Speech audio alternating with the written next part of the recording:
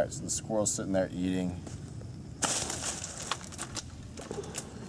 And there he is. got him around the neck. Perfect. That was perfect.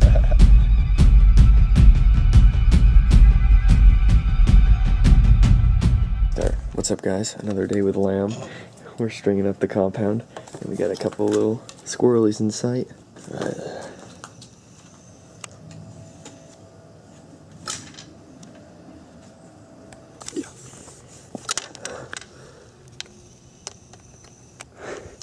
You seem so surprised.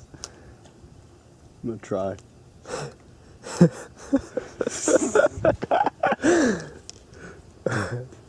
Are you still gonna go? Dude, that's gonna hit the house. Dude, did you get hit up from here? I don't want to hit the rock though. I'll get into a bunch of trouble.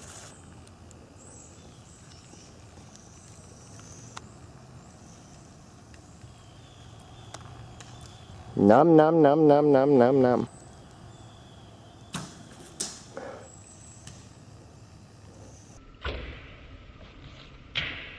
In the lake. No way, I heard that. It went in the lake. Alright, Arrows in the lake. I see it.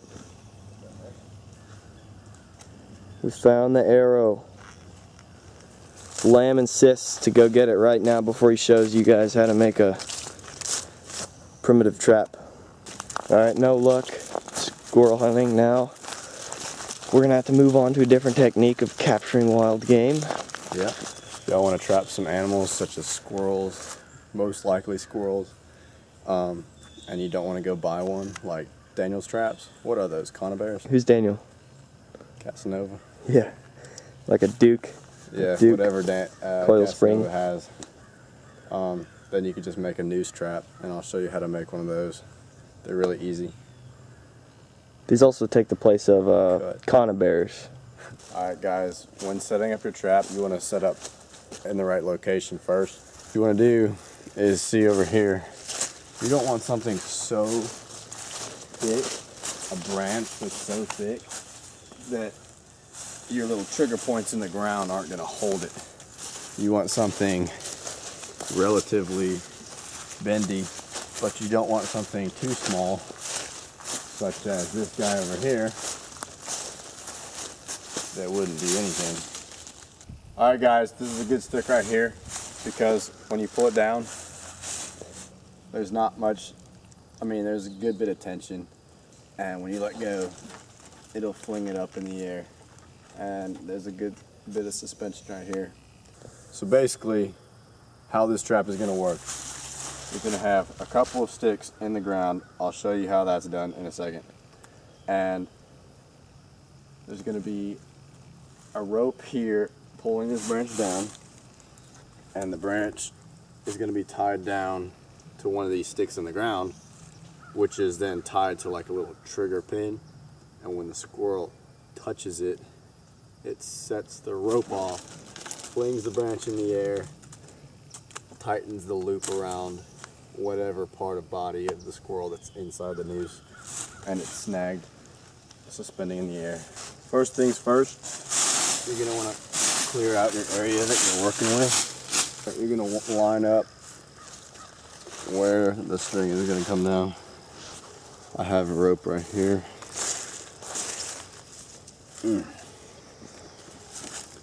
So the amount you cut depends on how high the branch is. Talk like you're interested in this. Alright, so I didn't even measure that. Just going with my gut. And you got quite a big one. You're going to tie it up here. I think it's the right size. Tying, you're going to cut this out hopefully. What kind of knot? Square knots. Just whatever knot. You're going to pull it down where it would be. It would be right there.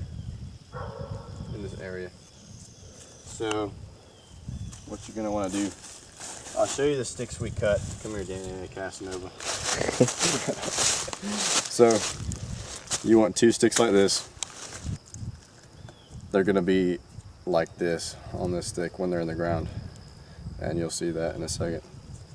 And then, so you got those, you got this little skinny middle stick. Show you that where that goes in a second. And you got this stick. This doesn't have to be a certain size. And then you got this little pin, and I will show you where that goes. All right, so you're gonna check to where the string goes down, and you're gonna hammer both of these little notched sticks into the ground. Is what gonna be heavy enough? Go in the ground. This stick is gonna be pulled up against this by the tension of this string. What you're gonna wanna do next is pull this down to the point where you think the tension is good. I mean, that's just your own judgment. So I think that is good tension right there. It really just depends on your preference. So when I let it go, it shoots up pretty hard. It'll yank up a squirrel right off the ground.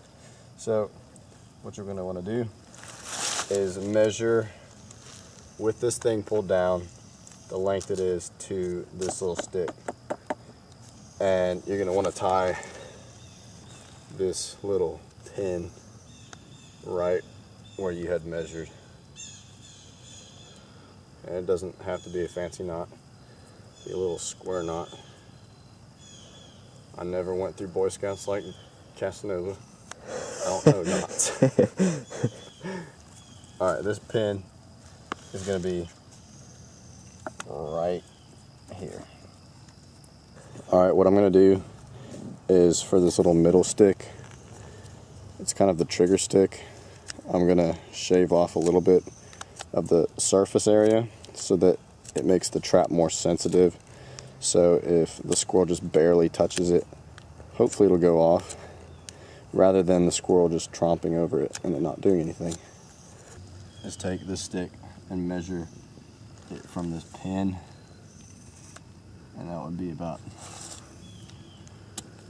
right there. And you're gonna hammer this one into the ground.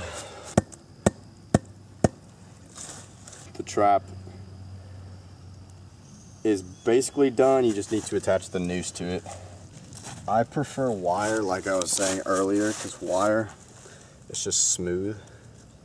And I'm gonna take these pieces off. Does that work? No. Oh.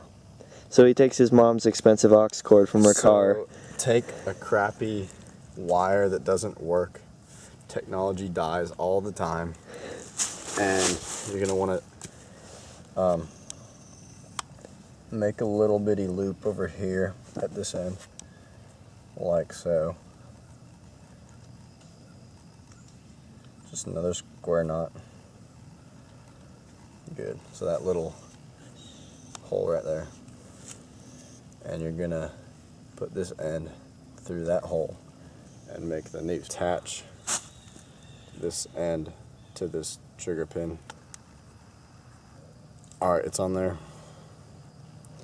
And you're just gonna set it again, put the noose over top of the stick with the bait in the middle. I'm gonna go get some bait, and we're actually gonna set everything up, cover it with leaves, and then it should be fine. What you guys wanna do is grab some bread, because all squirrels love bread. Make sure you get the crust, because people don't like crust. Squirrels like peanut butter too. So, you know? How about you just eat this, so then you don't have to worry about getting a squirrel? True. So just coat that with peanut butter. Honestly, That's a lot.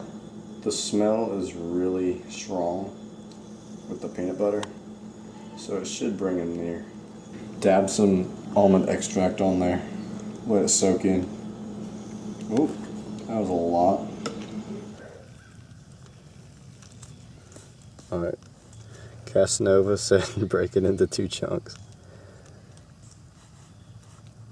Now we're gonna bait this bad boy.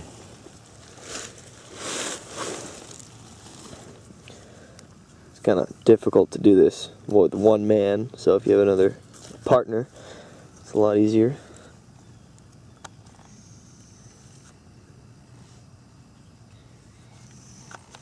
And be careful when releasing it. Alright, we're going to slowly release.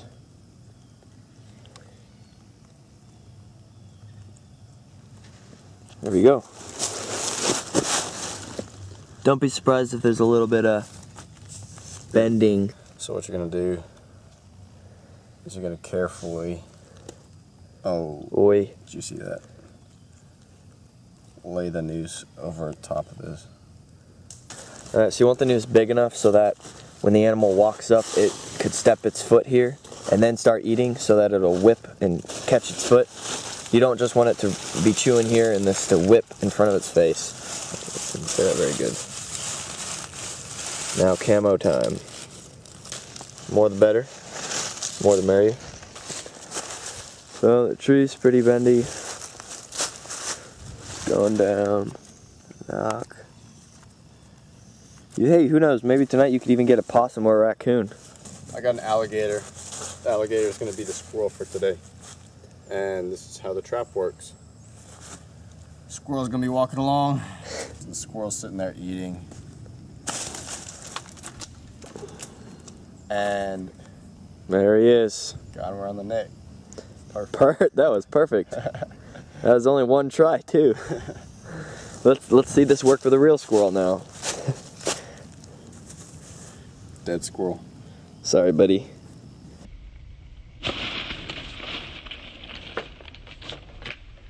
Alright guys, so that's how you make a noose trap.